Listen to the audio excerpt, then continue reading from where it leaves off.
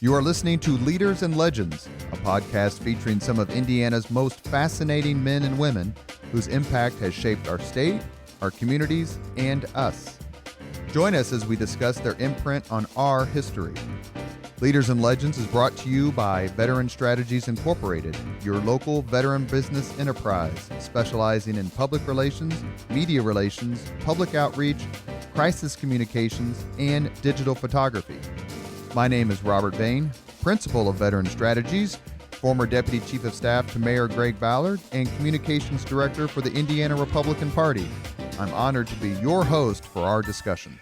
You are listening to Leaders and Legends, a podcast presented by Veteran Strategies, a local veteran public relations enterprise, and sponsored by Girl Scouts of Central Indiana, Garmong Construction, the Crowne Plaza Hotel and Grand Hall and Conference Center at Historic Union Station, the law firm of Bose, McKinney, and Evans, and the Bose Public Affairs Group.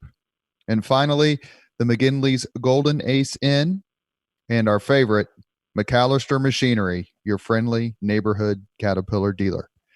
Thank you for joining us on the Leaders and Legends podcast. You are not going to believe who you're listening to today. And that is an absolute Hoosier legend, former Purdue basketball coach, Gene Keady. Thank you, Coach, very much. Well, thank you for saying that. That was awful kind. I appreciate that. Well, not sure it's true, but I appreciate it. I will say this. All of us who bleed cream and crimson and have been IU fans forever, there's not a single one of us who doesn't respect the living hell out of you and didn't cringe when we saw you walk on the court because we knew a battle was about to be joined. So thank you for all the great games, and we kind of are still upset at some of the losses. Well, I felt the same way. I knew we wouldn't have to be at our best if we're going to win in Assembly Hall, and it was not a fun time, but it was a challenging time, and Coach Knight taught me how to coach better. It's interesting. I want to talk about that a little bit, but I don't want to dominate the conversation by just talking about you and Coach Knight. But let's build on that just real quick. Going up against Knight, who was really at his peak in those 80s and early 90 years when you guys battled, you said it made you a better coach. Talk about that a little bit, because I want to ask also about some other really strong coaches in the Big Ten. Well, I highly respected Coach Knight because he graduated his kids and they played hard. And I met him when I was Eddie Sutton's assistant at Arkansas. And Coach Knight had been given a clinic in Tulsa, and I went to listen. And then he wanted to go fishing in Fayetteville, where Arkansas was. So he rode home in the car with us. So it was a very intriguing visit, to say the least, and I really enjoyed it. And ever since, I've highly respected him. You mentioned Coach Knight graduating his players. This would be the time to point out that you graduated 92% of your players. Why was that so important to you? Well, my degree was one of the reasons I could move on in the coaching world. So my degree at Kansas State, my master's at Kansas State, got me some jobs that probably I couldn't have gotten if I didn't have those type of degrees. So it was just something I felt like if you could be a good athlete and be on scholarship, but if you didn't have your degree, you couldn't get a better job. So it was just something that I cherished, and I thought if a coach would graduate his kids like Coach Knight was, they're doing their job. When I found out for sure that you were going to join the Leaders and Legends podcast, I sent an email to about a half dozen Purdue fanatics whom I know and suggested they send some questions. And yes, the very first response I got was from a guy named Bill Benner, who I guess isn't a Purdue fanatic, but he thinks the world of you. And I asked him for some questions. Well, great sports writer.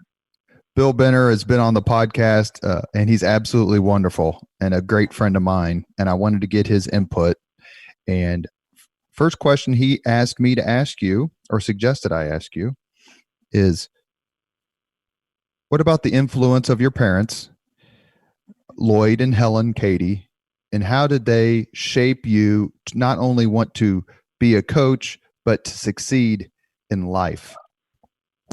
Well, a lot of ways. First of all, Dad taught me how to work. my mom taught me how to respect and love people, and they were just a great team. And they taught me, they raised my sister Norma and I were raised by the right people, so they got me started on the right foot. I had great coaches in high school and junior college and at K-State. So those things are kind of just all wove together and helped develop my coaching career. But it all started with my parents. You grew up in Kansas, which, as we know, was a hotbed of basketball. Is that kind of where you caught the bug? Because we know you played several sports both in high school and college. Yes, Kansas is a lot like Indiana. The tournament times were special. If you coached in high school, if your team got to the state tournament, that was really special for you. They got the whole community excited and got behind you. It was just fun to be part of that. And that's the way it was in Indiana when I got there. So that's why I guess I was brought up in the right environment because of the influence of the Kansas schools. And I understand from reading about you that there was a formative event that happened to you in high school. And that's when you got hit in the head with a shot put during a track meet. No, I was during practice. But that does not surprise you, does it? Because you know there's something wrong with me. Did anybody ever bring that up later in life to say, well, now we know why you are? Well, nobody really knows that. So it was not something I was really proud of. And it was not a fun experience. So it was just dumb on my part I was yelling at a teammate running around the track, or my teammate, the shot putter, was the state champion shot putter, so he could throw it about 54 feet or so. So it hit me in the head, and I was goofing off and talking, and it was one of those things where I should have been paying attention. What is also was brought up during a lot of the broadcasts during the basketball games was your career as a football player and the fact that you were drafted by the Steelers. What drew you to football, and why did you decide not to pursue that career anymore? Well, a lot of reasons. First of all, I led in 4 sports in college. So track taught me about conditioning. Football taught me about toughness. I lettered in basketball in junior college, so I played basketball till I was a junior. And then when I transferred to Kansas State from Garden City JUCO, I went to Tex Winter at K-State and asked if I could come out. He says, "No, we watched you play." So, but I became good friends with the basketball players. Just sat behind Tex's bench and try to learn from watching him coach. And it was just a matter of the fact that they had great team players in that team, and they went to Final Four. They had Bob Boozer, Jack Parr, Roy DeWitt, Bob. They just had a great team, and I just followed them all the way to when they went to Seattle and played Seattle. So a lot of reasons I coached basketball was, first of all, in Kansas it's cold in the winter, and I didn't like playing outside. So when I came back to Kansas, I had my degree, but it was late August, and I had hurt my knee with the Steelers, so I came back and didn't have a job, so I applied for this job at Beloit High School. The only job open as far as coaching was a head basketball job, and that's how I got started, by coaching high school basketball at Beloit, Kansas. And it seems like you took the route that a lot of people, you kind of take not only in coaching, but in life, you start out at a lower level, hone your skills, move up. Yes. You did that. And what was it like coaching at a junior college, Hutchinson Junior College? You coached there. Did that help you prepare for the bright lights of the Big Ten a few decades later? What was it about coaching junior college that you enjoyed? Without a doubt, it got me started on the right foot. It taught me how to recruit. You had to go out and sell your program. Hutch was a great school because it was a site for the National Junior College Tournament, still is, and was always very exciting in March there. And if you could get your team in the National Junior College Tournament, you were really a happy time in your coaching career. So it was just one of those things where I was at the right time, the right place. The president of the Garden City JUCO, when I was there at Garden City, became the president of Hutch JUCO, and that's why they hired me, because he knew me. So, and Sam Butterfield was the head coach there, and he hired me because he knew me. I played ball at Garden City, and he was a high school coach at Garden City. It was just a lot of people touch your lives and help you. It's not what you know until you know.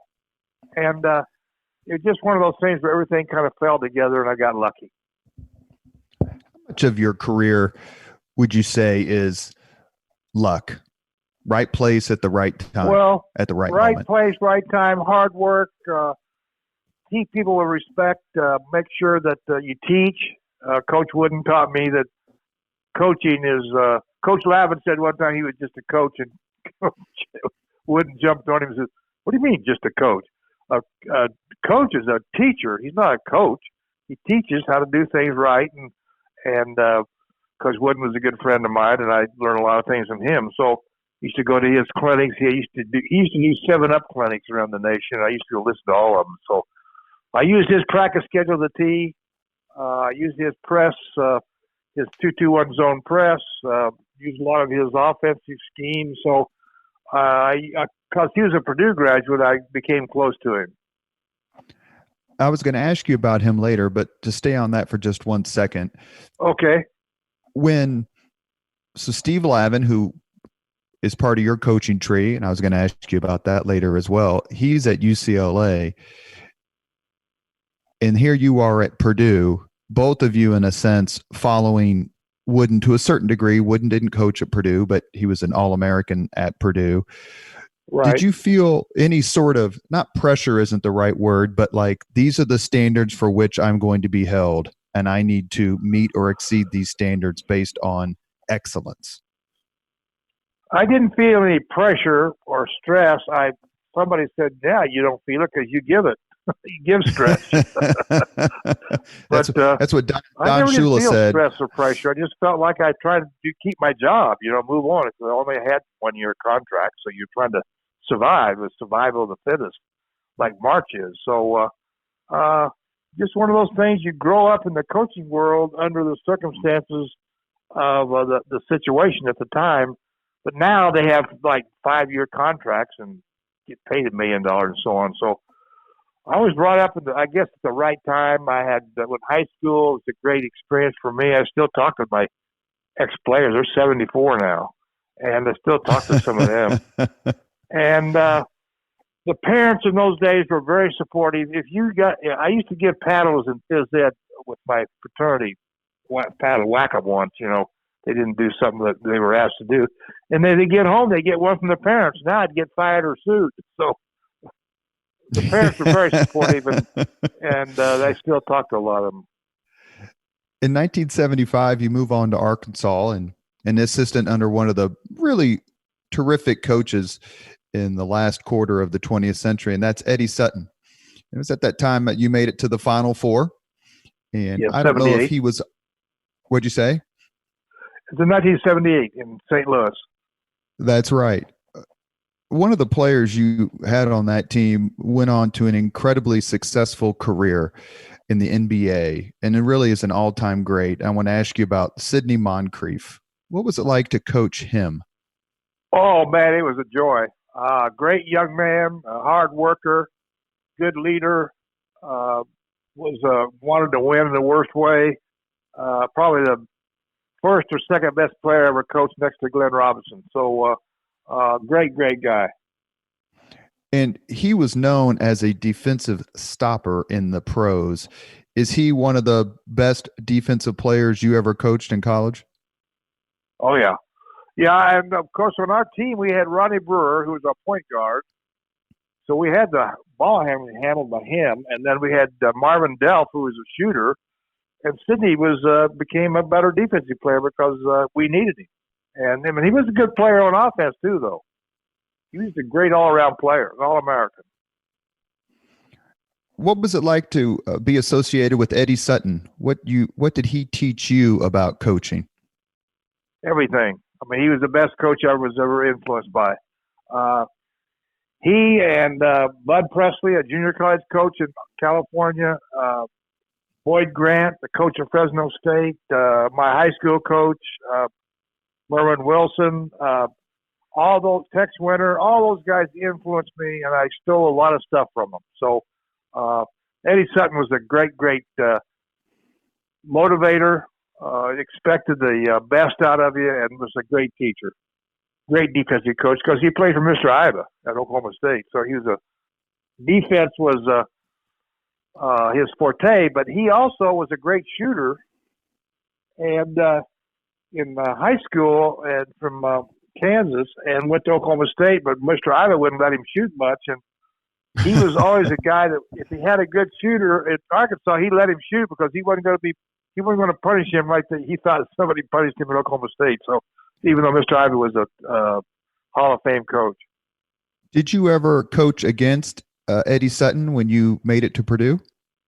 Yes, I did. At one time down in Tampa, we played in the NCAA against them, and they beat us like, I think, 10 points or so. So it was not fun. I didn't like playing against them. They had a great team, too. Is that when was he at Kentucky then, or was he coach at like Oklahoma State or something? He was still at Arkansas. Still at Arkansas, okay. You got your first head coaching job in 1978 for Western Kentucky. So now you've moved from Kansas, one of the hotbeds of college basketball, and now you're in Kentucky, which is certainly right up there at the top. Was there a difference between the two states, as you remember, in terms of fan support and just fervor for the game? Not much. Very similar. My daughter still lives in Bowling Green. My grandson lives in Arkansas yet, Kyle. So Western Kentucky was a great experience too. I'll tell you what, every stop I made was a great time, and still have friends there at all those places. And Western Kentucky was a hotbed of basketball in those times. If you remember, they went to Final Four, and I don't forget what year it was, but it was a good time. We had great fans, still have great fans, and it's just something that really helped my career. While you were there, Western Kentucky, you had a pretty darn good assistant coach named Bruce Weber. How did you meet Bruce? Well, Bob Gottlieb was the assistant coach at Kansas State under Jack Hartman, and he came to watch me practice one time at Hutch and didn't like the way I was coaching, so we kind of got into it. I think he liked the fact that I talked back to him. So when he saw me get the job at Western Kentucky, he says, "Hey, I got this young coach in Milwaukee, coaching high school. You might want to interview for your assistant coach at Western." He knew I needed an assistant, so I interviewed him and Clem Haskins and Bruce Weber. So I had a great staff at Western. And Bruce was my assistant 17 years. 1 year at Western and 16 years at Purdue. I didn't know that about Clem Haskins, who went on to coach, was it Minnesota? Yeah. That's right. Yes. Yeah. It's one of these things where when people who are about to meet my former boss, Mayor Greg Ballard, mayor of Indianapolis, and they ask, what should I say? Or, what should I talk to him about? My answer is always compliment his staff, because Mayor Ballard is incredibly proud of and very protective of the people who used to work for him, and he gives them all the credit. And it seems like coaches are the same way. That they really, really work hard so that their assistants have the same opportunities that they have. Yes. Well, Clem was an All-American at Western, and when I got the job, I was looking for somebody that had an affiliate with Western, and he had been there and needed a job, and I interviewed him and really liked him and hired him as my assistant. And then when I left and moved on, I made sure that he got the job at Western. And then when he got success there, then he got the job in Minnesota. And we talked 2 days ago. So he lives in Campbellsville, Kentucky now. So great friend, great family, great player, and great coach. So I'm glad you brought Clem up. Well, in 1980, and we're going to talk about some of your former players who became coaches, because there's one who's doing an outstanding job at Purdue right now. But in 1980, you moved on to Purdue. And I'm going to take a minute to read your resume at Purdue and as a result of you being at Purdue. 6 regular season Big Ten championships, including the heralded 3 straight outright championships, 94, 95, 96. 7-time Big Ten Coach of the Year awards, 5-time National Coach of the Year awards. Elected into the Indiana Basketball Hall of Fame in 2001. Elected in the Kansas Sports Hall of Fame in 2007. Elected into the Purdue Athletic Hall of Fame in 2010. And inducted into the College Basketball Hall of Fame in 2013. You took this job at Purdue. You entered into the Big Ten when not only, of course, was Coach Knight in Indiana riding high, but you also had Judd Heathcote at Michigan State. You had Lou Henson at Illinois. You had some very, very strong programs in what was arguably the biggest and most talented league in the country. When you decided to go to Purdue, what was going through your mind? Were you thinking, this is my shot at the big time, or, oh my God, how am I going to win in a league like this? Good story. I was trying to get a coaching clinic started at Western, and so the guy that owns Wendy's, Dan Davis, flew me up to Milwaukee. We wanted to see if Al McGuire would at Marquette would come be one of our speakers. So he did, and we did, and I got to be pretty close to Al, and he told me when I interviewed for the Purdue job not to take it because he said you'll never beat Knight. Don't take that job. Stay where you are. So, but I went against his word because the league was Big Ten was had great TV, and I thought if the kids' parents couldn't get to the games, at least they could watch their children play on TV. And it just had great attendance in Mackey Arena, so it was just a great opportunity. Didn't pay much, but it was a great opportunity, and the friends I have, great friends still there. Well, and Purdue, as their fans will note, were just coming off a Final Four appearance in 1980 with Joe Barry Carroll, in which they I think that they lose to Purdue, or excuse me, they lose to UCLA in the Final Four.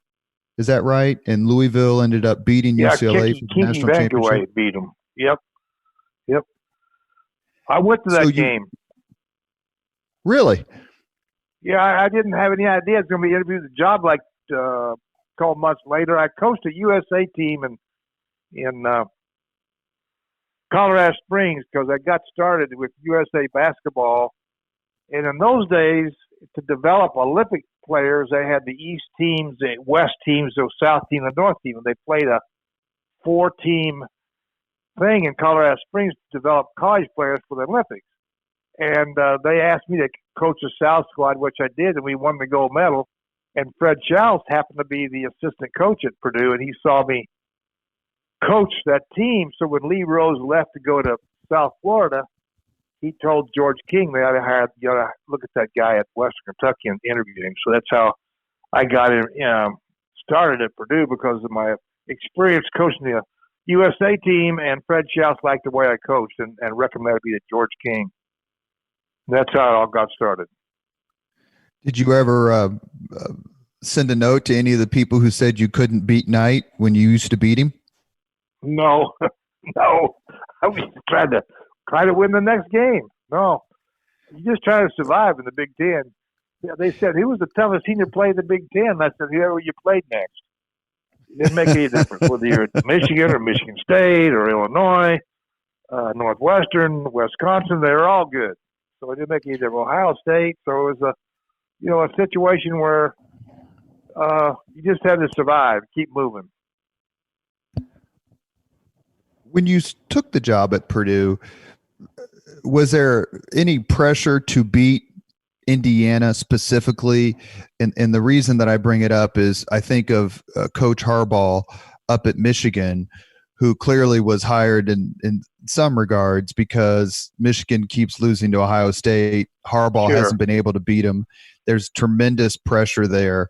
Did you feel specific pressure to beat IU? Well, I didn't, but the fans did. They talked about a lot in the summer golf outings, how you better beat Indiana next year and that sort of thing. But I was, like I said, though, I was more worried about whoever we played next. no matter it was Big Ten or whoever, because we always played tough schedules. So it was a situation where I didn't feel the pressure from it, because I think when you coach, as long as I had to get in there, pressure is just part of your life, and you don't really sense it. You just keep working. And you know why you started to say something a while ago? The reason we won at Purdue or wherever I coached is because we always had pretty good players or great players and a great staff. You never do it by yourself. You always it's a family. It's a family situation where you work together. That's what you try to teach your players.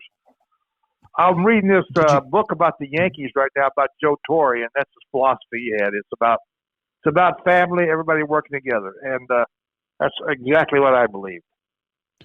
One of the things that Coach Knight said when asked about coaching, he said the highest compliment you can give a coach is to feel like it's worth a few points just having them sitting on the bench. Did you feel like when you were coaching that you gave the team an advantage just because you prepared them and you were sitting on the bench? Well, I didn't think that. I don't think individually, but I think it's true, because I believe what Coach Knight says about that is if you don't prepare your team defensively, offensively, out of bounds plays, how to beat a press, you got to teach all the stuff to get past wherever you're playing next. And certainly the guy on the bench can make the right call.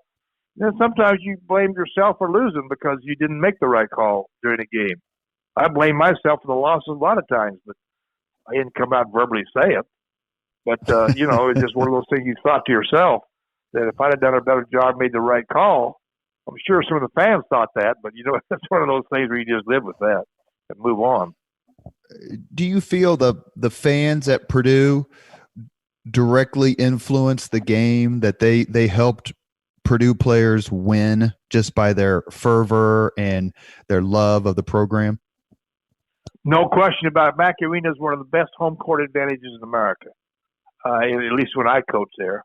Can't speak for them now, but I went to a couple of games in the last couple of years, and I felt like there's still the advantages there. But it certainly has great enthusiasm. It's usually sold out. And we were sold out for 10 years in a row at Purdue.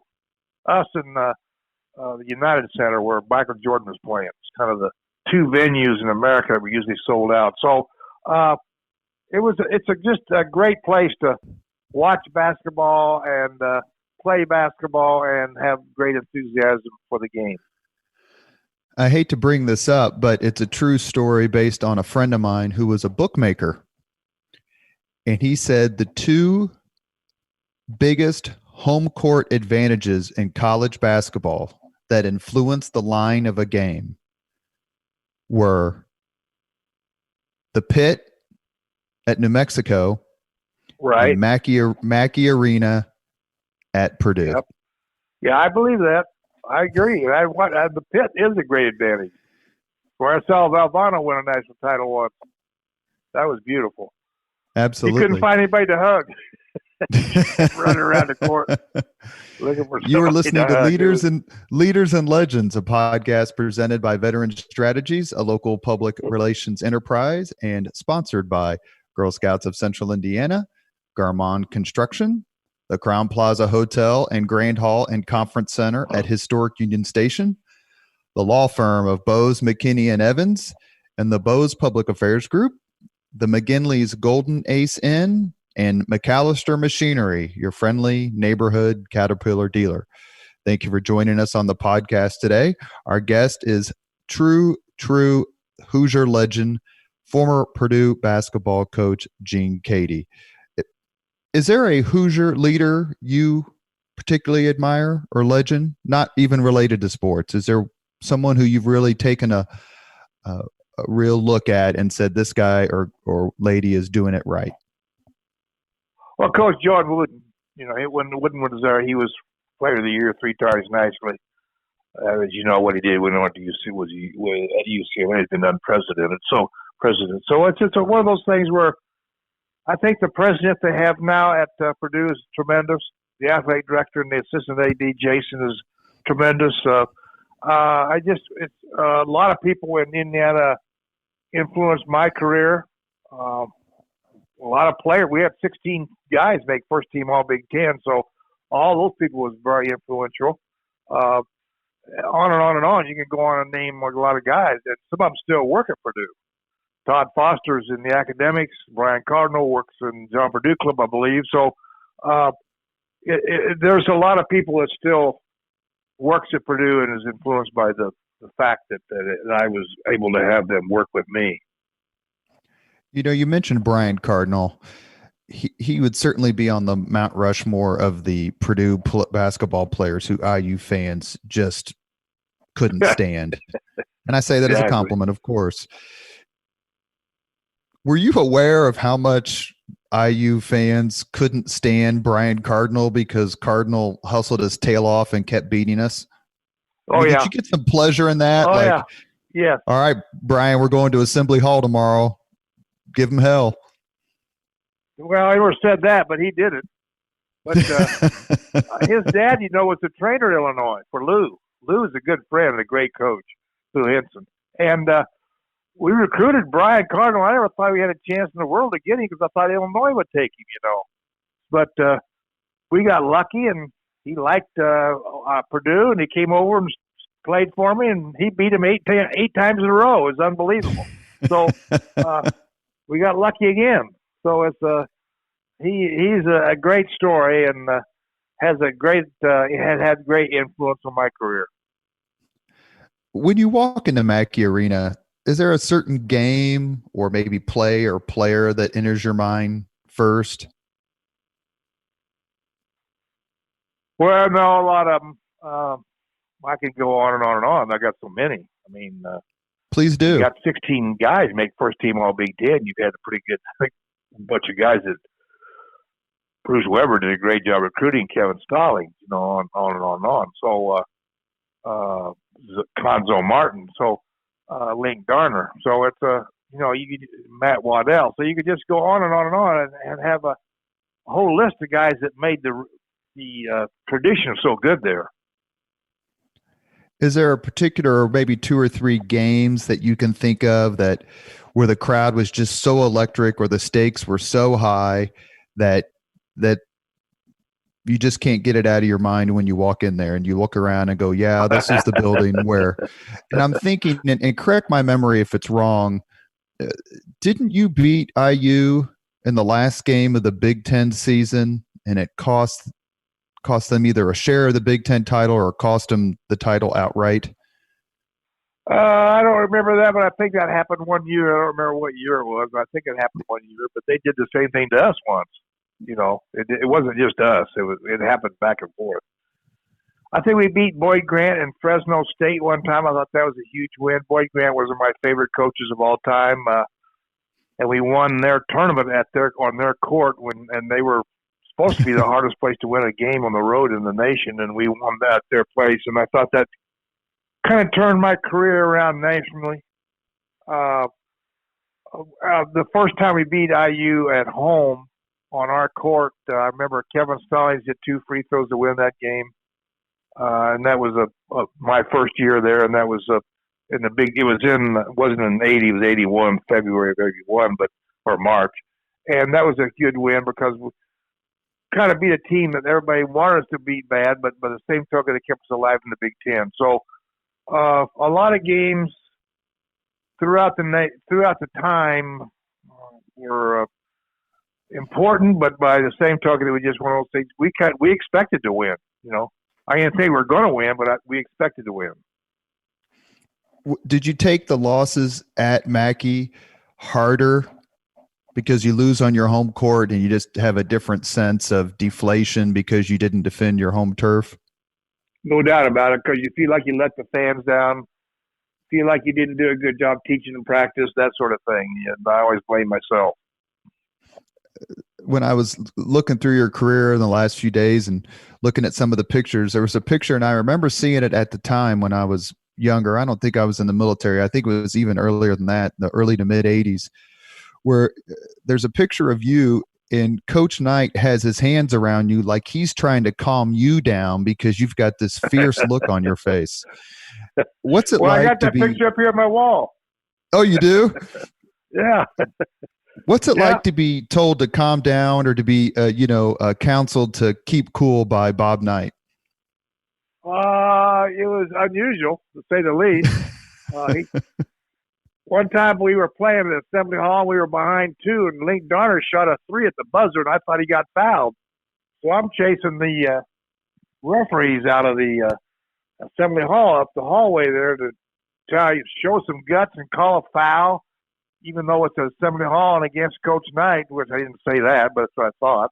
And somebody's tugging at my elbow, and it was Coach Knight. He says, "I don't like the way you shook my hand." I said, "Well, I don't give a, we won't say the words on TV, what you thought." I thought afterwards, why did I act like that? Because I always respected Coach Knight so much. The next year at the Orlando at the Big Ten tournament or Big Ten meetings, he treated me like a long lost brother, and I thought, wow, he must have liked the fact I talked back to him. So, and that's kind of the way our friendship got started on a positive note, because I think he knew I respected him, and I know I respected him. So it was one of those things where it was a mutual friendship. I hate to say this, but as someone who doesn't understand how you look at it on TV, and whether it's, John McEnroe or Jimmy Connors or AJ Foyt or you or Coach Knight or whomever, Right. I don't understand how you guys don't get more angry. I don't understand. I think you guys are more well-behaved than most people I know would be. The stakes are so high. Everybody's watching.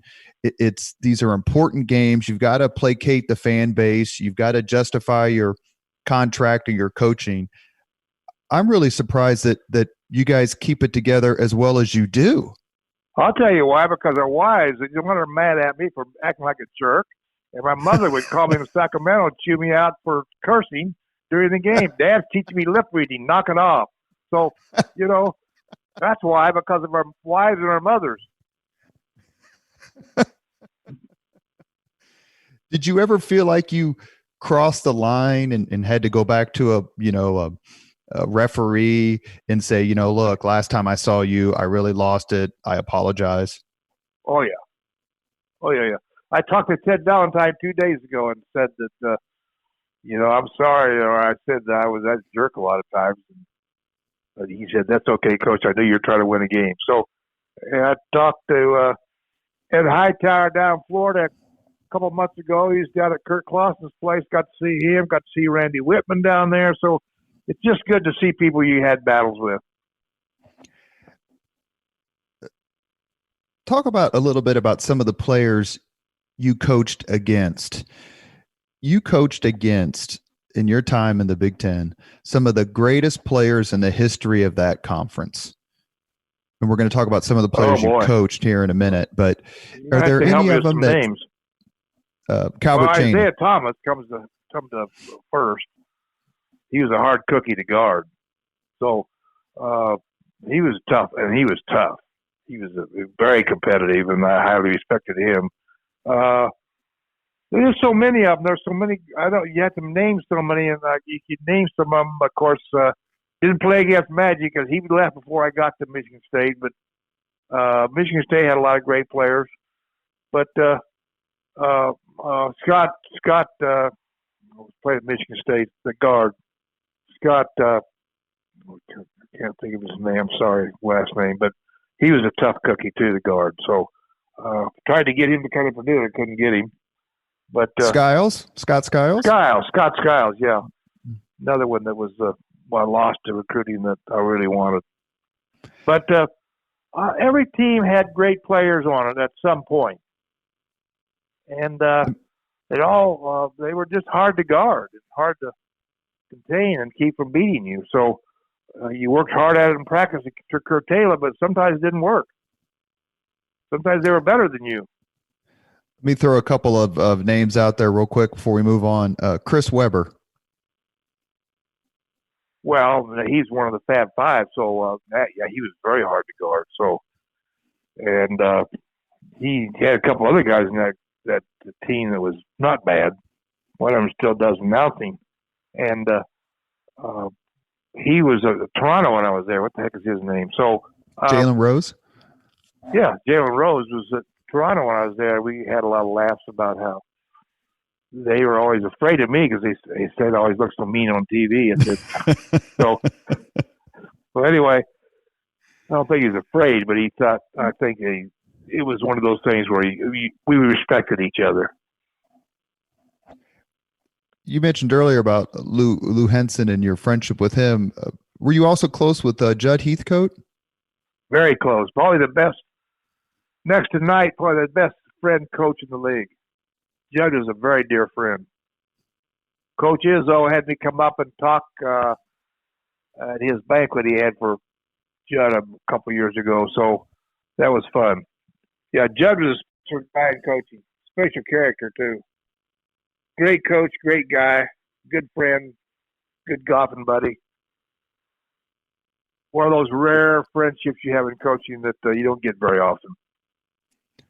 When you look at the coaching job, you mentioned him. Let's just mention him and talking about him for just a little bit, that Tom Izzo has done at Michigan State.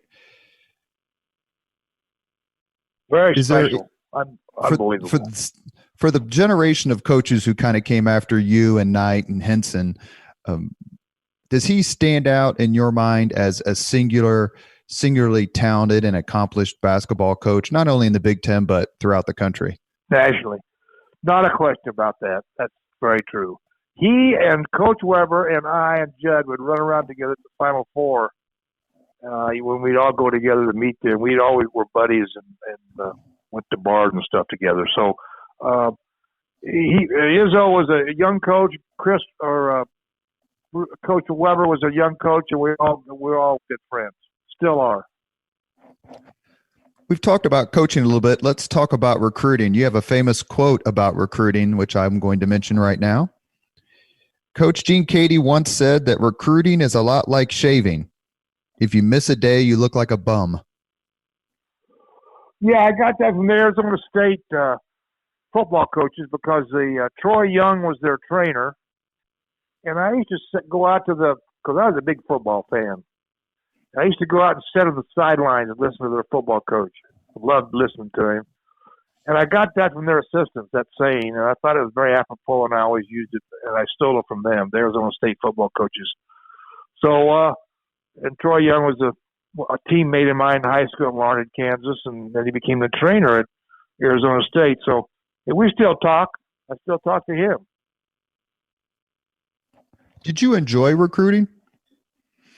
Oh, yeah. I like selling. I like going to the homes. When I went into the home to recruit, Bruce Weber was usually at my side or Kevin Stallings. And if the prospect would not respect his mother, pay cook, and have good manners with her, we would leave early. Because if they didn't respect their mother, how in the world is he going to respect me? Because I was nuts, you know. So we put a lot of calculation into how the young man respected his mother. Dads, they think all the dads think their kids can play, you know. But the mothers are with the child more than the dads, so they understand the situation better. Were the mothers more concerned about how are you going to treat my son as opposed to is my son going to get to play? Is he going to? Not so much about to get to play, but they wanted to know about academics and about tutors and stuff like that. That was really important. Where do they eat? Where do they live? Stuff like that. How do they get home? How many times get to watch them on TV and all those things that would be able to watch if they couldn't get to the game? Do we get tickets on the road? Things like that. Can you think of a player or two who you recruited the hardest and maybe they came to Purdue or maybe they didn't, but you're like, man, these 3 or 4 kids I recruited like absolute crazy? Well, Glenn Robinson. Yeah. He was the one that probably recruited the hardest, and we got lucky because his mother and his high school coach liked us. So, especially his mother. And between us and UNLV down to the last 2. So, And why do you think he said his mother? But why do you? Glenn Robinson, for those who don't know, was the number one recruit in the country, I believe. It was either him or Weber, Yes. Chris Weber at the time, and it was a very talented class. Alan Henderson went to IU, but there were a lot of really strong players everywhere. Why do you think Glenn Robinson chose Purdue? Well, I was on a radio show in Chicago one day, and his high school coach is Willie Little, and coach of high school there in I think it was Chicago Circle, and they had me on his radio show, and he was going to go to his Willie Little school there in Chicago, but his mother had been down to her mother's funeral in Alabama and heard the interview about how Glenn was going to go to Circle, and she heard the radio interview coming home from the funeral from O'Hara, going home to the house from the airport. And when soon as we got home, because we had been through the recruiting process, he had been to visit, we'd been sales pitch, been to her home, that sort of thing. So when she got to the house, she called up Glenn and told him, "No, you're not going there. You're going to Purdue," because his mother saved us because of an interview she heard. So, yeah, and how quickly after he stepped on the court at Purdue, because am I right in remembering he was Prop 48 his first year? Yes, as a layout his freshman year. Yes. Right. How soon did you realize this guy is every bit of the talent that we thought he was going to be? He is living up to the hype every day. First day, first practice. The year he didn't play.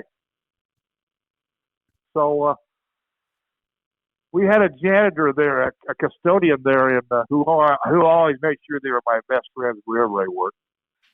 Watched him play the first practice. He came up to me and said, "Coach, you got to let the big dog eat."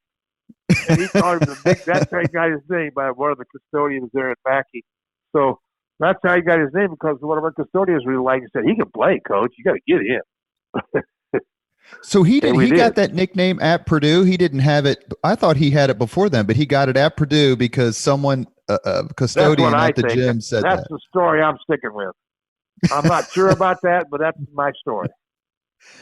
I'll mention a couple other players real quick. Troy Lewis.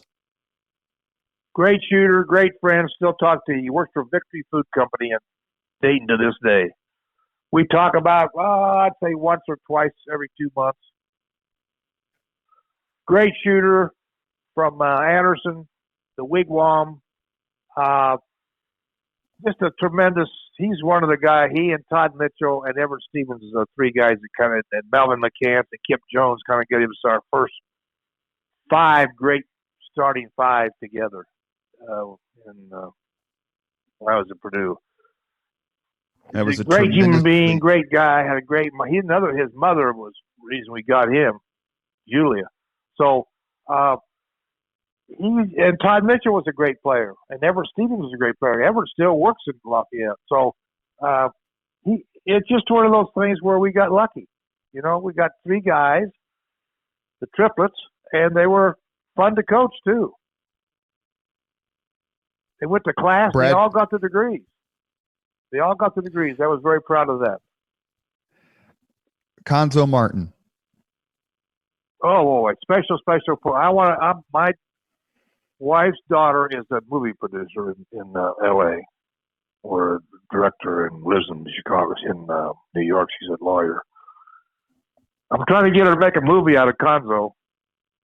So, probably won't happen, but I'd like for it to someday. He came to Purdue, recruited him out of East St. Louis, had a great mother. His mother was the best, still is. And he came to Purdue, and Denny Miller, our trainer, said, "Coach, Conzo will never play for us." I said, "What are you talking about?" He kept playing. He's a great player, made all of Missouri. He said, "Well, he's got bone on bone in his knees. He can hardly walk.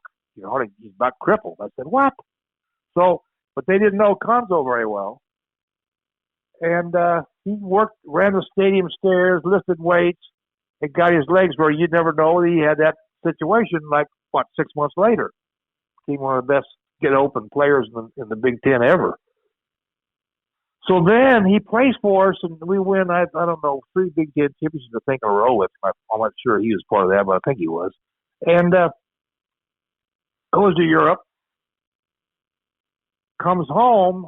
He plays overseas for a while, comes home and says, one day, says, Coach, I don't feel very good. So why don't you get a doctor examine you, dum-dum. So, okay, so he goes to the doctor, and he had lung cancer. So then he gets that chemo and stuff and gets that cleaned up, and then he becomes a, very successful coach. He got the Southwest Missouri State job, went to Tennessee, went to Berkeley. Now he's at Missouri. So I've been trying to get my daughter-in-law to make a movie out of him because he's a special story. Special guy, special player. He's one of those players, when you coach him, you try to do drills and stuff to get people open, but he'd get open on his own. He was clever about getting open. And I always think during the game, how do you do that? You don't think that very often about your players because you taught him, right? But not right. Conzo. He taught himself how to do it. He was just a special, special person. Still is. Last one we'll do is Brad Miller. Oh boy, yeah, he's a dandy. I love coaching him. He's a character. Has a TV and radio show, hunting show I think in Sacramento now. He used to anyway. I don't know if he still does it now, but he was from Kendallsville. About 6'10". I don't know all about his high school coaching and stuff, but I really liked him, and his brothers were good players. And he was not a guy that was a beat to the Carson Cunningham. He didn't beat to the average drummer. He was different as far as thinking for himself. It was not a bad thing. It was just different. He was okay. He came to me one day and said, Coach, I'm going to quit. I said, what are you talking about? You're a sophomore or a junior. I forget which it was. He said, I'm going to start a bar. He said, a tavern. I said, what? How are you going to pay for it? He said, well, the alumni will pay for it. I said, hey, when you quit, the alumni is going to disown you. What are you talking about? He said, okay, and he left. Then he came back and made Big Ten player, I think it was, or MVP at least. So he was a character and still is. We had a lot of characters, a lot of fun. It's just amazing, at the amazing time, run. At the time, I thought it was fun, but it turned out to be. You mentioned Scott Skiles earlier. Can you think of another player or two, whether they were a native Hoosier or from outstate, who you recruited like crazy and didn't get, and then now you have to coach against them? What's that like? Well, it's horrible because they beat you. Alan Henderson was another one. I really wanted him bad. He went to Indiana and beat us regularly. So I can't think of many others, but had to be some others, and I just can't remember all the names. Did you try to recruit Steve Alford? Oh, yeah. Yeah. Hard. Yeah. He beat us up pretty good. He's a hell of a shooter. But Knight did a great job getting it. Coach Knight did a great job getting them open. They set good screens, and they were legal. Did you ever yell at the refs that maybe they weren't legal? Oh, yeah. Of course. When it came to Indiana players, did you feel like you had an advantage, like for players in the northern part of the state who maybe wouldn't want to drive all the way down to Kentucky or IU or a place like that? No, I just thought that Kentucky and Indiana and all those schools are great recruiting schools. So no, I never thought we had an advantage. It was just hard work. And to keep selling and watching them play and working on their parents and their families. So staying positive. You are listening to Leaders and Legends, a podcast presented by Veteran Strategies, a local veteran public relations enterprise, and sponsored by Girl Scouts of Central Indiana, Garmong Construction, the Crowne Plaza Hotel and Grand Hall and Conference Center at historic Union Station, the law firm of Bose, McKinney & Evans, and the Bose Public Affairs Group, the McGinley's Golden Ace Inn, and MacAllister Machinery, your friendly neighborhood Caterpillar dealer. we've talked, obviously, we're here with Coach Gene Keady of Purdue, member of the College Basketball Hall of Fame. We talked about basketball at Purdue, but take a minute or two, please, in our final moments to discuss what was like being at Purdue University. Did you enjoy it? Were there things about the campus and the town and the surrounding area that you really enjoyed as well? Oh, yeah. That's the reason I stayed there. I love the people I work with. Bob DeMoss, George King, Dr. Combs, on and on and on, John DeCamp, all of them. That's the reason I had a lot of chances to leave Purdue, but I couldn't because it was too special. It was too cut into basketball. And I love football there, too. I loved Jim Young when he coached there and Joe Tiller. So it was a situation where and the baseball coach and I were very close. So I enjoyed track, too, and swimming. The swimming coach and I still talk, so former swimming coach. So it was just a special place because I'd been to enough schools to know that not many people had that situation. So I just appreciated opportunity I had, so I stuck with it. You said you had opportunities to leave. How close did you come, and where were those opportunities? Arizona State and Kansas State and San Francisco. So we get back from Arizona State, and my wife went with me, and we get home, and they offered me the job, and I got home. I said, well, we got to go home and think about it. They flew us back on a jet, and we get back, and that night we're sitting in our beds thinking about the job, and we had dogs. We love dogs. And she said, I don't know if the dogs can take the heat in Arizona. I said, what are you talking about? That's it. We're not going. So that settled that argument. In 2000, after 25 years at Purdue, you kind of cap off with an amazing role as assistant coach for the Dream Team in the Sydney Olympics. Yes. U.S. team won the gold medal. Please give us some thoughts on that experience. Well, it's hard to explain because it's so special. I still wear the ring. They don't give coaches medals; they give them rings. For 2000, it was a special time. The players were all easy to coach because they listened, and we had a great head coach, Rudy Tomjanovich. Larry Brown was assistant. Tubby Smith was assistant. So I had great guys working with them, and the players were very Jason Kidd and Kevin Garnett, and on and on and on. So it was just a special time. Marching into the Olympics is so special. It's almost makes you cry. So it's a situation where I've always will cherish it. Appreciate the fact that USA Basketball helped pick me as one of the assistants, and have always thought that was something that you'll never have the opportunity to do again. How did you get selected to be a part of the staff? Well, I coached like I told you, in Colorado Springs, the East-West, South-North thing that they developed Olympic players. And then Boeheim and I asked Jim Boeheim to help me coach the World University team in Germany. And we won that gold medal. So now you've gone from the East-West, South-North thing to the World University games. And then they picked me to coach the Pan Am team in Cuba. And that's where Castro was at every game. And we got the bronze medal in that game. And we got beat by Puerto Rico, who had 3 NBA players on it. And we only had college kids, but they beat us. And it was a good game. I think they beat us a few points. I'm not sure how much it was. But on that team was Tony Bennett, the coach at Virginia. And he was always a special guy. His dad was the coach at Wisconsin, and has always been a special person in my life because after we got beat, then we won the next game for third against Cuba, we beat Cuba twice in that tournament, but didn't win the game we wanted to, the gold medal game. But anyway, because we didn't get to play it.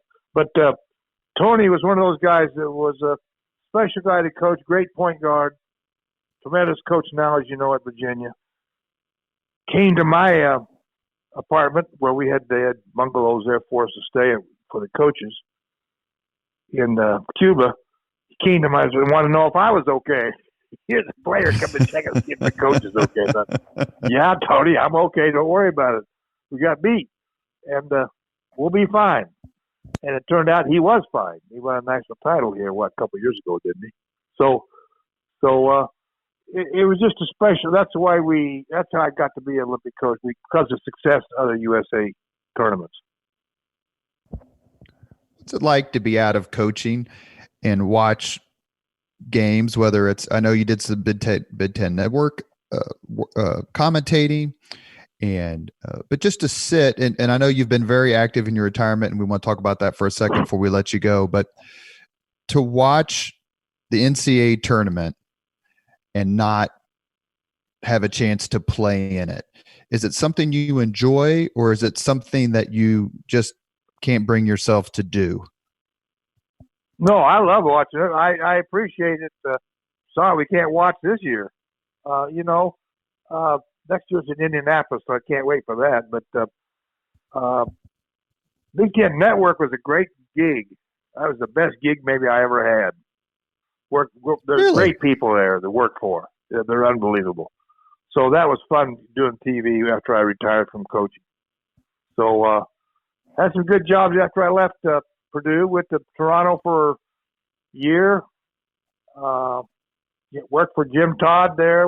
He's I worked for Sam Mitchell, but Jim Todd and I were the assistants together, and I still talk to Jim. He comes to Myrtle Beach and plays golf with him once in a while, or has once at least. And then got the Big Ten Network, and then went to St. John's and worked for Steve Lavin. So I've been pretty lucky since I retired from Purdue to have other jobs I enjoy. What's it like to shoot your age in golf? Pardon? What's it like to shoot your age playing golf? How'd you know that? Wow.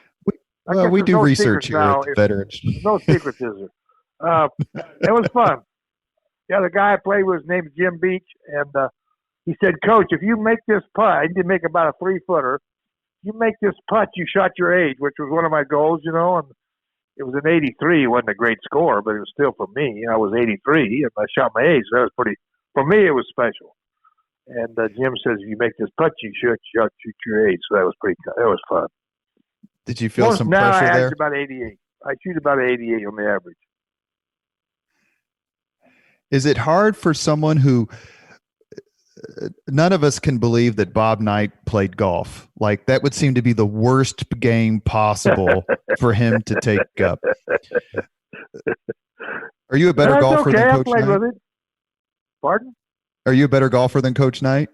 I don't know. No, I'm not a better golfer than anybody. but for a coach, what's frustrating about golf is as you get older, you can't play as good. That's the most frustrating thing. I used to hit the ball about 280 on the drive. Now I can't hit it. If I have a par 3, 160, I have to use my driver. So it's like, wow, where'd that go? So, golf's about touch and practicing like anything else. It's about muscle memory. It's like shooting jumpers. Mark Monteith wrote my book. I was going to ask you about that. Passion Play. A book came out. It was about your 1987 season. Is that correct? Yeah. And you guys won a share of the Big Ten championship that year. Yeah, he followed me around the whole year.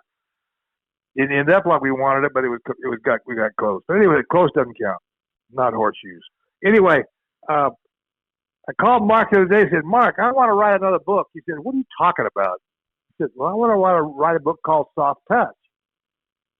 He said, okay, well, give me some circumstances. I said, well, you got to have soft touch in your putts, right? You got to have soft touch in your jumpers. And I was a soft touch as a coach. He said, well, I'll consider it, but I haven't heard back from him. So probably wouldn't be a good seller. I'm going to throw some names out on your coaching tree. Bruce Weber, Kevin Stallings, Steve Lavin, Matt Painter, Conzo Martin, Link Darner, and there are a few others.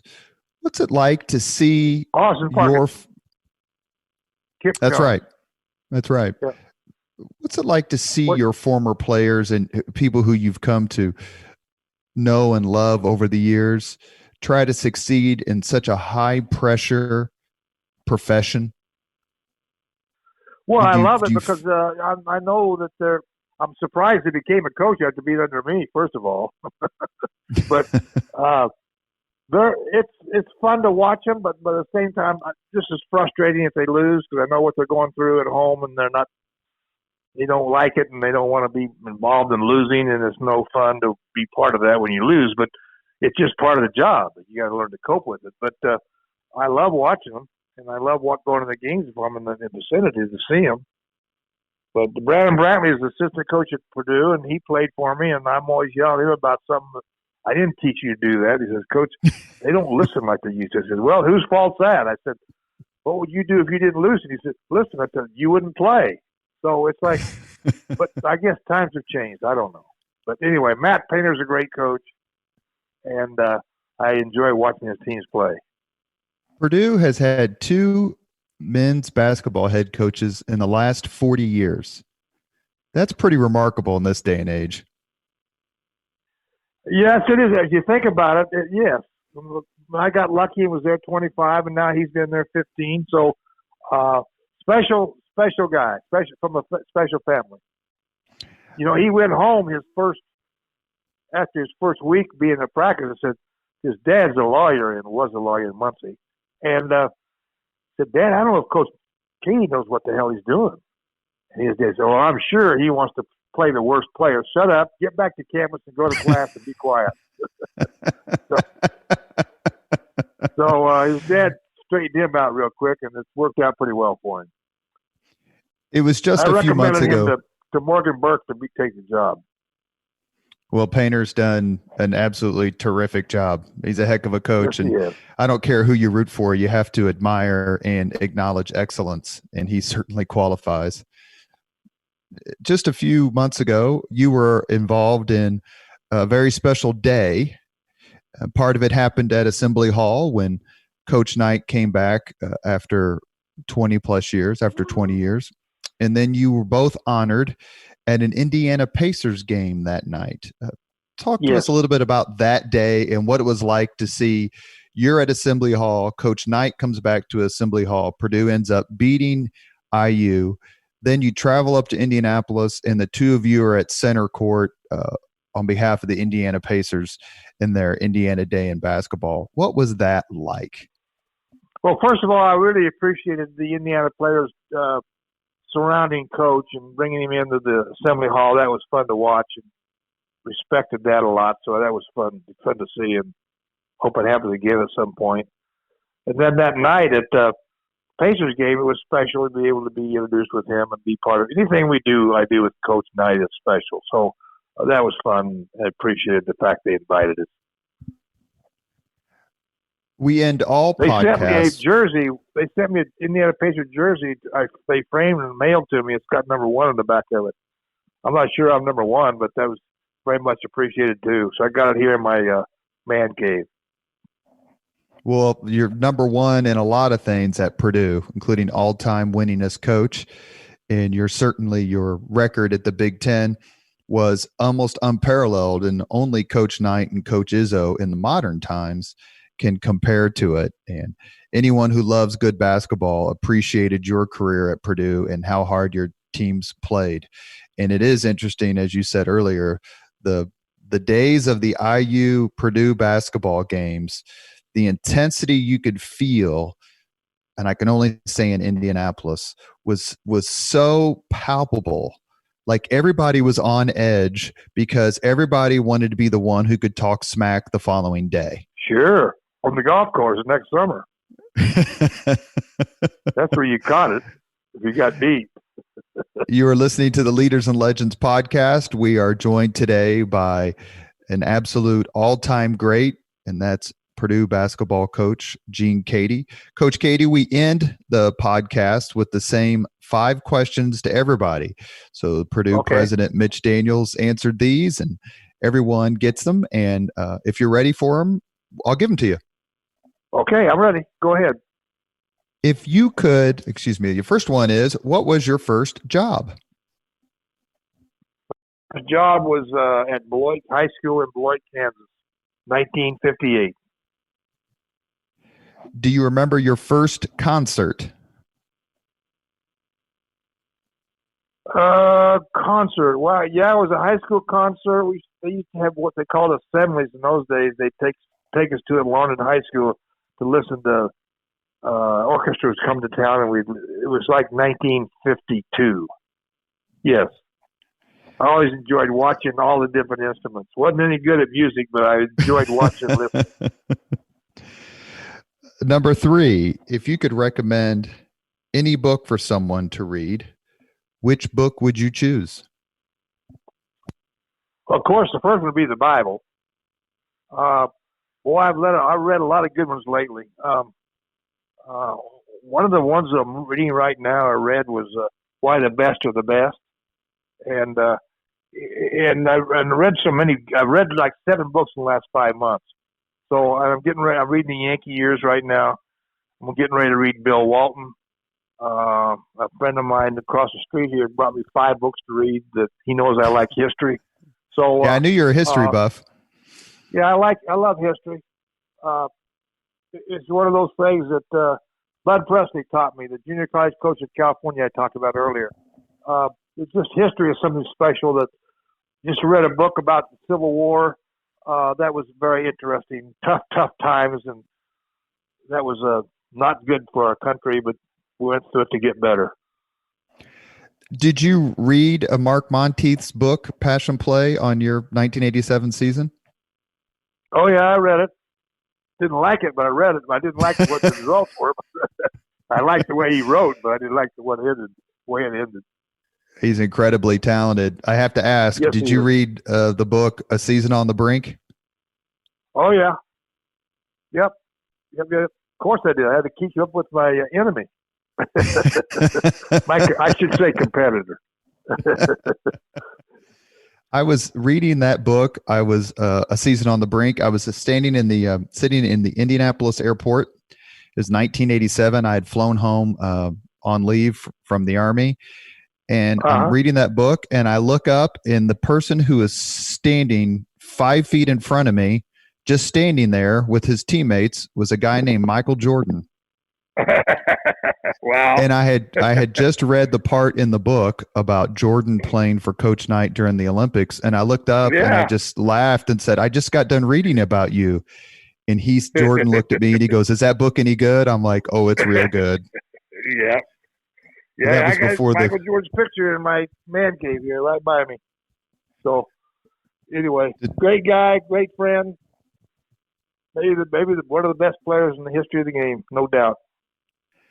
Question number 4. If you could witness any event in history, be there in person as it happens, which event would you choose? Oh, wow. That's a good one. A Super Bowl, World Series, National Championship game in basketball. I'd like to see all those. Would you like to see something along the lines of the signing of the Declaration of Independence or Lincoln giving the Gettysburg Address? Oh, yeah. Of course I would. Naturally. Final question. If you could have dinner with anyone living today, 2 hours off the record to talk about anything, whom would you choose? Anyone living today? Man. That's a good question. Faraday, golf channel analyst. Faraday, you know him? Are you gonna go on his show? He had Coach Knight on his show. I don't know. I've been invited. But I want to meet Danny on Blue Bloods, and I want to meet Hank Voigt on Chicago PD. Well, that's not a bad list at all. We've had so many great people on the podcast, to be candid, people giving of their time, whether it's Mitch Daniels or current Governor Eric Holcomb. We've had Medal of Honor recipient Sammy Davis from Mooresville on, and we cannot thank you enough for adding your name to this list of people who've taught us about themselves, taken us through their own personal journey and history. And I honestly cannot tell you what an amazing honor it is to be able to speak with you, Coach. Thank you so very much. Well, thank you. And I feel the same way about talking to you. I was going through one of my wife's boxes here the other day, and it had a Purple Heart in it. It says, whose is this? He says, my dad's. He was shot down in World War II in a fight in a bomber plane in Switzerland, and he got a Purple Heart. He got shot in the neck. I said, oh my God, that's bigger honor than I ever got. So, wow. Absolutely. Yep.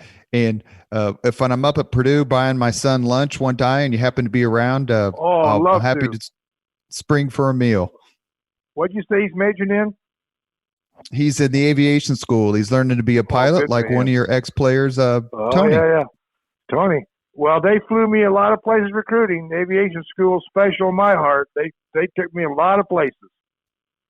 Well, I'll pass that along to him. And thank you very, very much. And we appreciate you coming on the Leaders and Legends podcast. Well, thank you. You made my year. Thank you. Thank you, Coach. Take care. Okay. Thank you very much for listening to Leaders and Legends, brought to you by Veteran Strategies Incorporated. If you want to contact us about this program or our menu of public relations services, please send us an email at robert@veteranstrategies.com. That's robert@veteranstrategies.com.